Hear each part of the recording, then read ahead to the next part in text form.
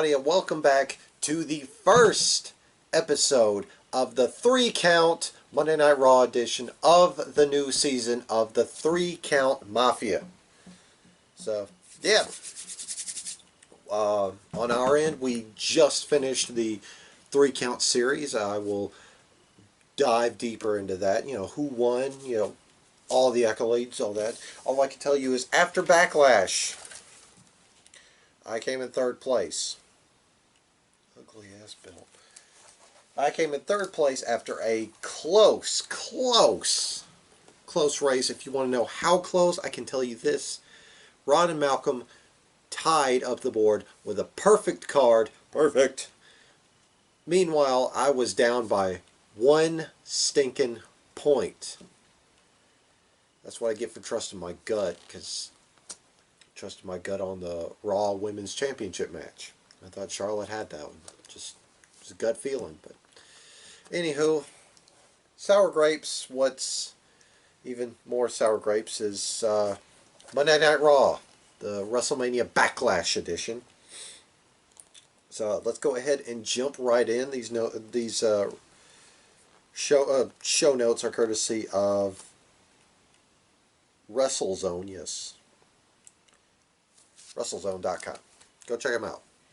Anyway, we start the show off with Bob Lashley and MVP. Of course, actually, there was a backstage video prior to Lashley coming out showing him still champ with all sorts of lovely ladies by his side. And basically, MVP spared no expense to celebrate Lashley's successful title defense at WrestleMania Backlash over Drew McIntyre and Braun Strowman, respectively. He said that Lashley said that Braun Strowman was nursing broken ribs and Drew McIntyre couldn't even get out of bed this morning. And while he was still thrown through an LED board, he managed to still retain his title, but he picked up an injury along the way. His knuckles got a little damaged after, repeatedly punching people's faces in. So, yeah, MVP was trying to schedule Lashley a night off, but Lashley said, nah, fam. Lashley wants to work. MVP tried to, double check, and Lashley's like, hell yeah, I want to work. So then he threw out an open challenge tonight. And before, MVP could lay out the groundwork and the specifics, Drew McIntyre came out, interrupted him, and said he wanted the match. He wanted a title match tonight. And MVP said, well, you didn't let me finish. Said it was going to be an open challenge for anyone in the locker room with the exception of Strowman and McIntyre. McIntyre contemplates it for a bit, then he takes a swing at, Lashley takes a swing at McIntyre. McIntyre retaliates in kind, with Lashley and MVP just beeling out of there. MVP then tells Bob Lashley to think about business and that McIntyre needs to get to the back of the line. Next, we had AJ Styles, one half of the Raw Tag Team Championships, with his imposing, friend. They really haven't defined their relationship, so it'd be appropriate to call him friend or business associate, Omos, as he took on Elias. Yes, there we go. Elias. I was about to call him somebody different. I don't know what I was about to call him. Anyways, Elias with his associate, devotee, follower, whatever descriptor you want to use for Jackson Riker.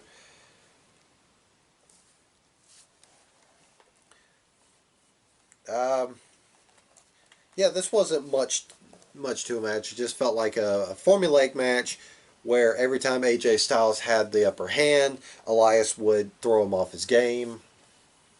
He would get the lead. AJ Styles would get the lead as well. Jackson Riker would try to get involved at one point in the match before almost backed him down.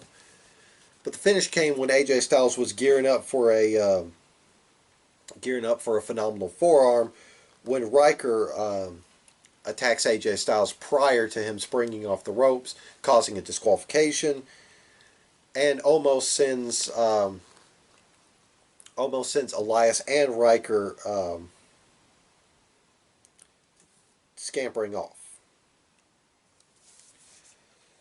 Next, we had a backstage segment between the New Day and Matt Riddle. Matt Riddle saying, he had called them over to check out a two-headed snake, and they're like, "Oh wow, where's the two-headed snake?" And Matt Riddle's like, "Well, it should be around here somewhere." In walks Randy Orton. Randy Orton walks up to Riddle. He says, "Well, you said Pierce needs to see me. Where is Pierce?" And then he spots New Day and says, "What the hell are these idiots doing here?" And Matt Riddle basically lied to get all three of them there, so Randy Orton could apologize to the New Day after dropping the both of them with an RKO each last week. Orton says hell no, and they said sorry. Then Kofi Kingston,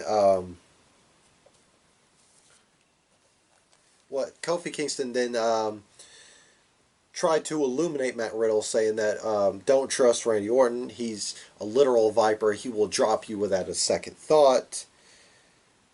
And Orton tells Kofi to mind his. I'm going to set this down. Keep adjusting it. Excellent.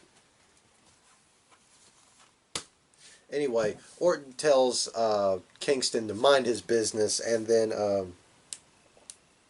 Kofi Kingston challenges Randy Orton to a match, and Orton, after heavily considering it and getting poked and prodded by Kofi and Woods, he accepted.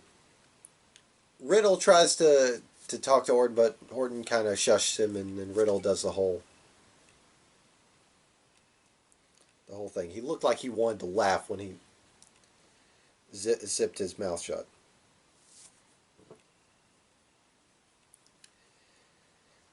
Next, we had a quickie match between Angel Garza and Drew Gulak. Of course, they had a match the week prior where after Gulak lost, Angel Garza put a rose in Drew Gulak's his butt. Put it in his butt.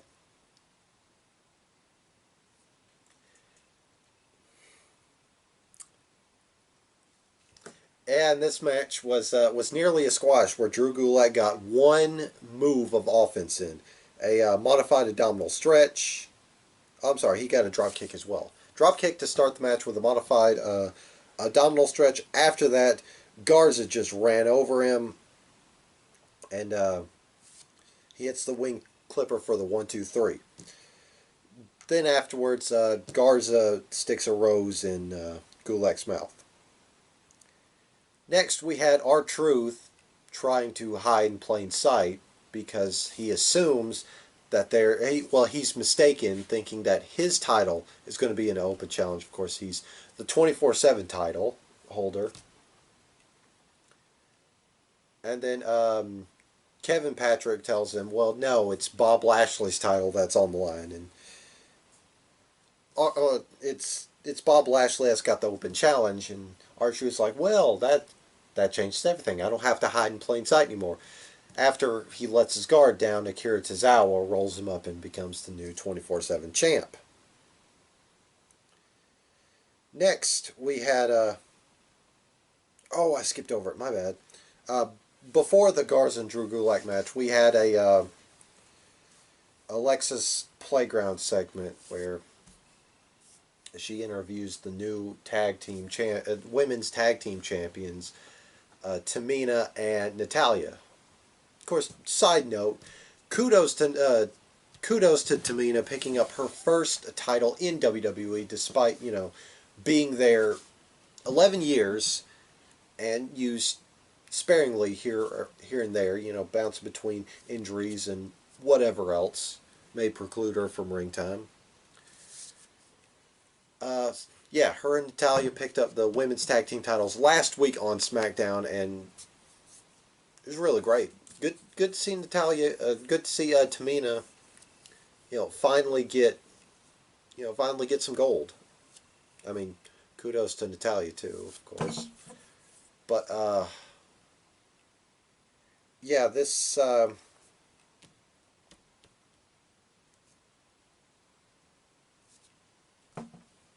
playground segment wasn't that good because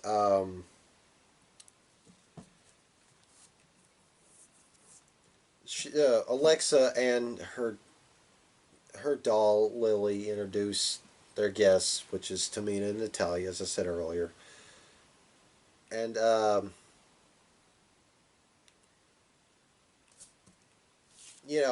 decides to ask the tough question, like, what's your favorite color? Natalia being courteous, she's like, well, pink. So if you couldn't tell, she wears pink and black. And Tamina was a little bit less polite. She's like, my favorite color, black and blue. And then it winds up being Tamina and Natalia, sending a message to Shayna Baszler and Nia Jax, who had a tag team title rematch later in the night. And Alexa Bliss then goes off into a tangent about pulling wings off of flies while talking to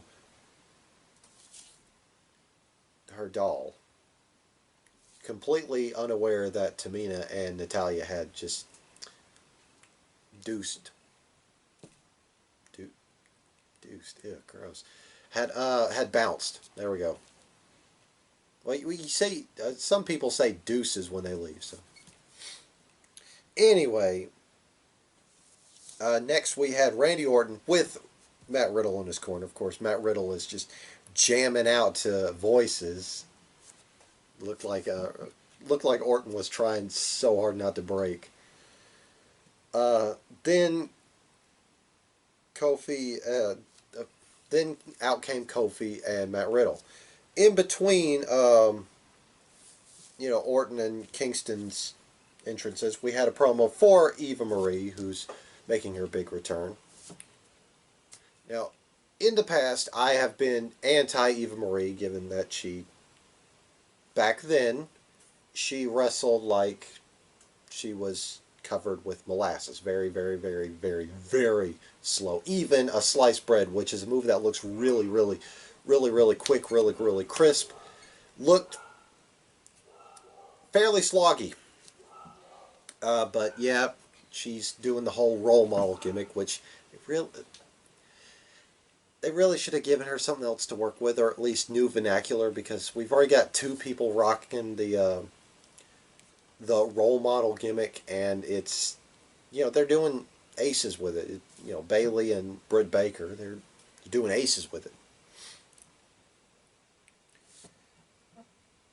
But we get the Randy Orton Kofi Kingston match. It's a good, decent back and forth match.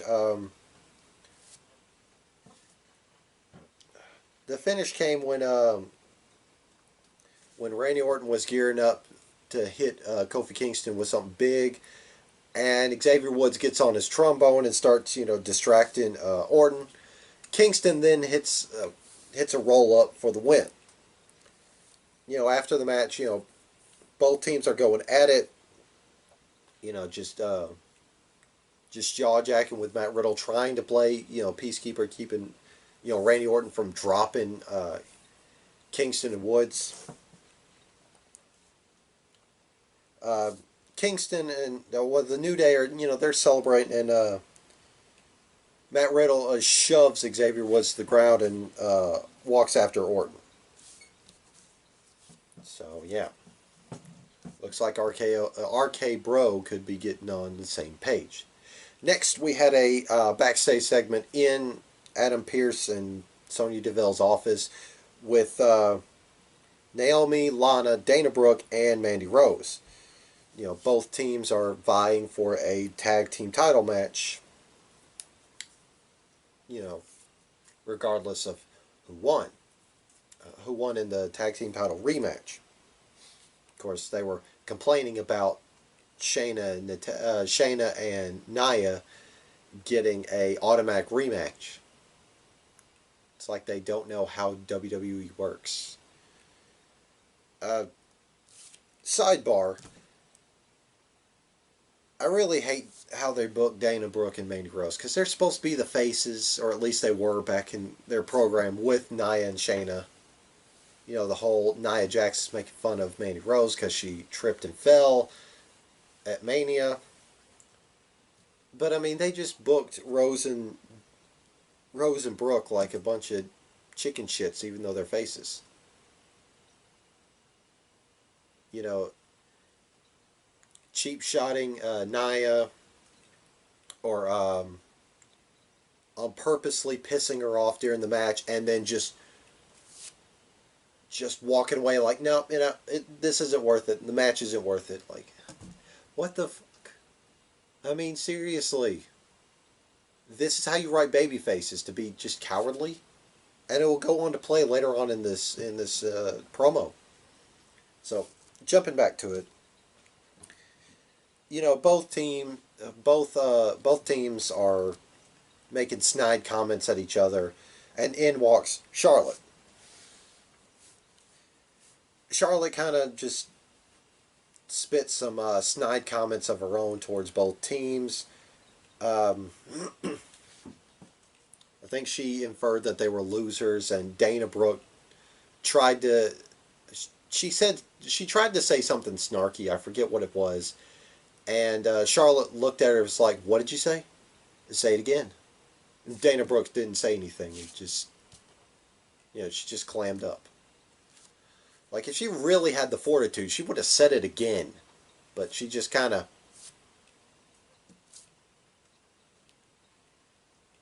Charlotte just eventually is like, that's what I thought. And she tells him, go, I've got private matters to discuss. The other four ladies walk out, and Charlotte says she wants a one-on-one title match with Rhea Ripley for the title, no triple threats. Sonya Deville says it's not up to her decision, and Adam Pearce goes, well, you didn't win last night, so why do you want a match? And Charlotte, legitimately says, well, I didn't get pinned. Which, if you look at it, that's a valid point. So, Pearce and Deville threw out the ultimatum that if Charlotte gets through Asuka, she'll get her match with her one-on-one match with Rhea, who Rhea Ripley just happened to walk into the office and says, well, that's good because Charlotte's old news and she's ready for new challenges. And then she decides she'll personally watch Charlotte lose. Next, we had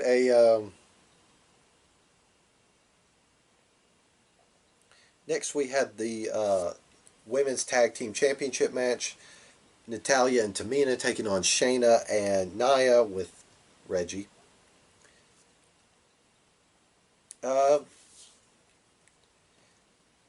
This match was formulaic because Nia and Shayna were doing everything to beat down on Natalya and trying to prevent Tamina from coming in. And there was even one point where Shayna Baszler snaps the arm of Natalya a la Pentagon Jr.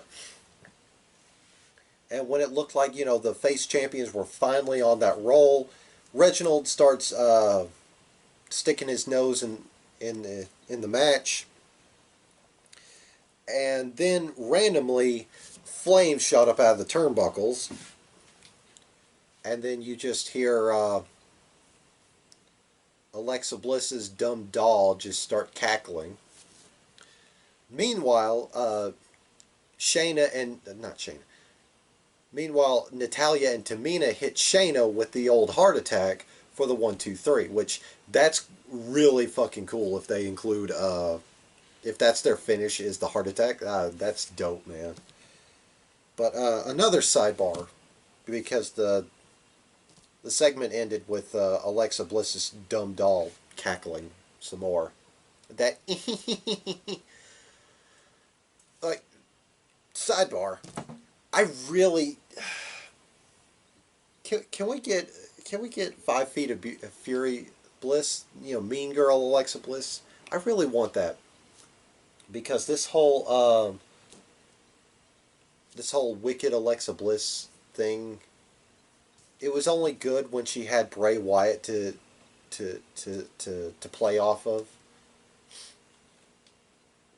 but her and this ugly looking doll, it it just doesn't work because I feel like with Alexa Bliss being attached to the Fiend, I feel like that was a Bray Wyatt or a Bray Wyatt production. I feel like he had aspects on her character, like he was directing it, if you will. But here it just feels like Vince watched a bunch of bad horror movies, those straight to DVD, abominations. And it's just like, here, we're going to give you an ugly, creepy doll that you're going to constantly, address as a real person and supernatural, spoopy stuff.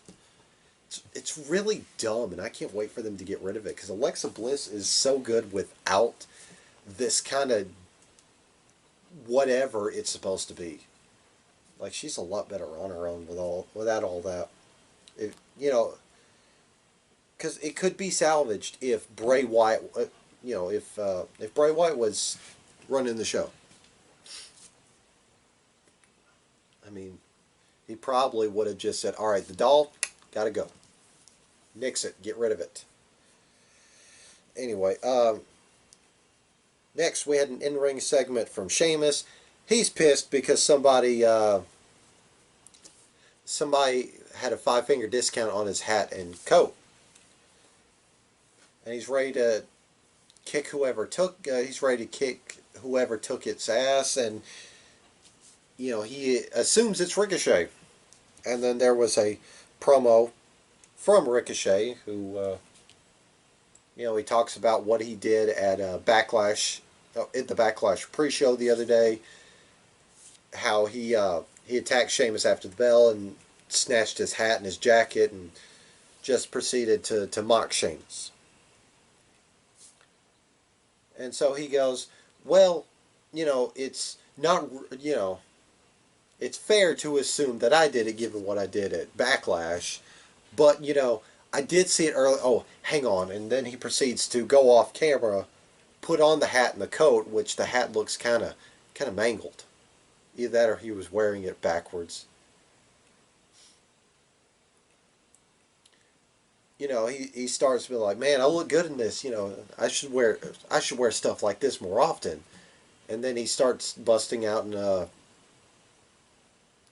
funny Irish accent. He mocking Sheamus some more. And he goes out to the ring wearing Sheamus's hat and coat. Sheamus tried to jump him before he got down the ramp. Ricochet holds him at bay. And, he gets a good bit of offense in. Well, once the bell rings, he gets a good bit of offense in. It was back and forth. And it was Sheamus pretty much having to squash Ricochet in order to beat him. The finish came when Sheamus hits Ricochet with a bicycle knee. Of course, Ricochet kicks out. Afterwards, Sheamus leveled him with the bro kick, and Sheamus got the win. Then he teased that he would be gunning for Bob Lashley. Gunning for that WWE Championship, because one belt isn't enough.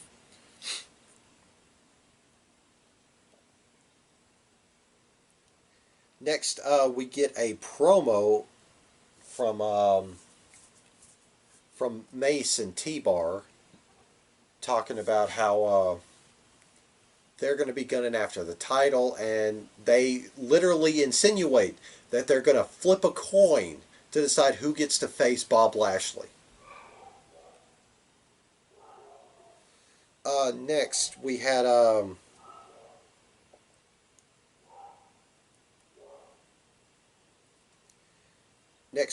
Asuka versus Charlotte, and this was another another good match between these two. Lots of back and forth action. Charlotte trying to, well, basically she was trying to run rug shot over Asuka. Asuka wasn't having none of it. Um, During the match, Rhea Ripley came out ringside, and of course Charlotte, great awareness, unlike anybody else. She's got her eyes on Rhea Ripley, but she's still, initially she's got her eyes on Rhea Ripley, but she's still focused on the task at hand.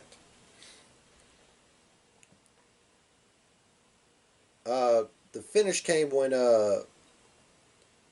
Charlotte gets distracted by Rhea Ripley at ringside, and Asuka hits her with a roll up. So no title match for Charlotte. Next, we had a backstage promo with John Morrison, who, after Backlash's really stupid lumberjack match with all the fucking zombies, in a roundabout way, kind of infers that the Miz is dead, even though in reality, the Miz has sustained an injury. I think that's the first of his career, or at least the first in recent memory. Anyway, he said Miz might never be the same, but he's dedicating his Morrison's match to the Miz. I'll fill a load. All right, next we had a lumberjack match: Damian Priest versus John Morrison. Yeah, this was decent, I guess, compared to the dumb zombie match that happened at Backlash. Interesting of note, Nikki Cross was one of the lumberjacks, which is great. Why don't they use her more? Like, seriously, she's at tapings, chomping at the bit to be used, and they're not using her. Use Nikki Cross more. Use Nikki Cross more. Use Nikki Cross more. We want to see her on our TV. Next, during the match, there was infighting between the lumberjacks. The Viking Raiders and Mansoor had a stare down with Mason T-Bar. There was fighting between Shelton Benjamin and Cedric Alexander. They've been having their differences recently after their tag team breakup. The finish came when Damian Priest hit Morrison with Hit the Lights for the win. Afterwards, he insinuated that Damian Priest might live in infamy when he goes after Bob Lashley's open challenge. Backstage, Shelton Benjamin is asked about Cedric Alexander, and Benjamin basically says, "Nope, I'm done wasting my breath. I may just go after Bob Lashley tonight." Of course, Cedric walks in a roundabout way calls Shelton Benjamin a has-been. And then Shelton Benjamin floors Alexander. Next, we had an in-ring segment with Bob Lashley and MVP, basically setting up for the open challenge, where MVP grabs the mic, says, "Who's going to step up?" And what we got was, "It's a new day, yes it is." Out walks Kofi Kingston and Xavier Woods. Kofi pulling double duty. He accepted the open challenge, which would have been really cool if they got Big E in on that open challenge. Been really awesome. But Kofi Kingston's good too. So Kofi gets in the ring, and Mike Rome, I think that's the announcer's name. Anyway, the ring announcer, he gives the whole title match, announcing, and MVP says, "Whoa, whoa, whoa, whoa, whoa, whoa! I never said this was a title match. Bob Lashley never said this was for a title match." Then he proceeds to run down Kofi, saying, Kofi's good, but he isn't worthy enough to be in the ring with the Almighty. And he wishes Kingston the best of luck.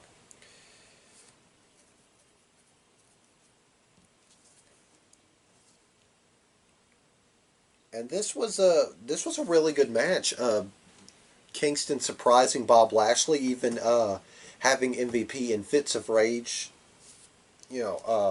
throughout the match. There down the stretch, the referee he catches Xavier Woods getting a little too close to the action for comfort, and he proceeds to kick him out.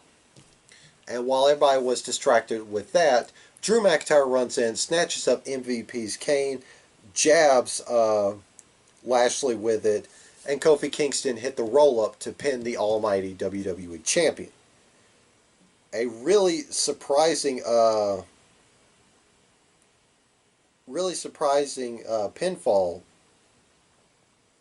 for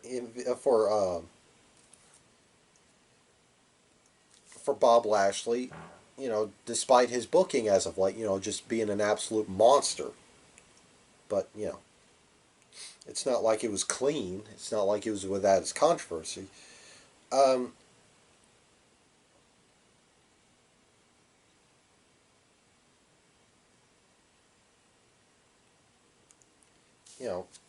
so it was a pretty so-so Monday Night Raw, as it's been. Anyway, thanks for watching. If you decide to welcome us back, thank you. Don't forget to follow us on the Twitter. Follow us on Facebook, at 3 Count Mafia. Don't forget to check out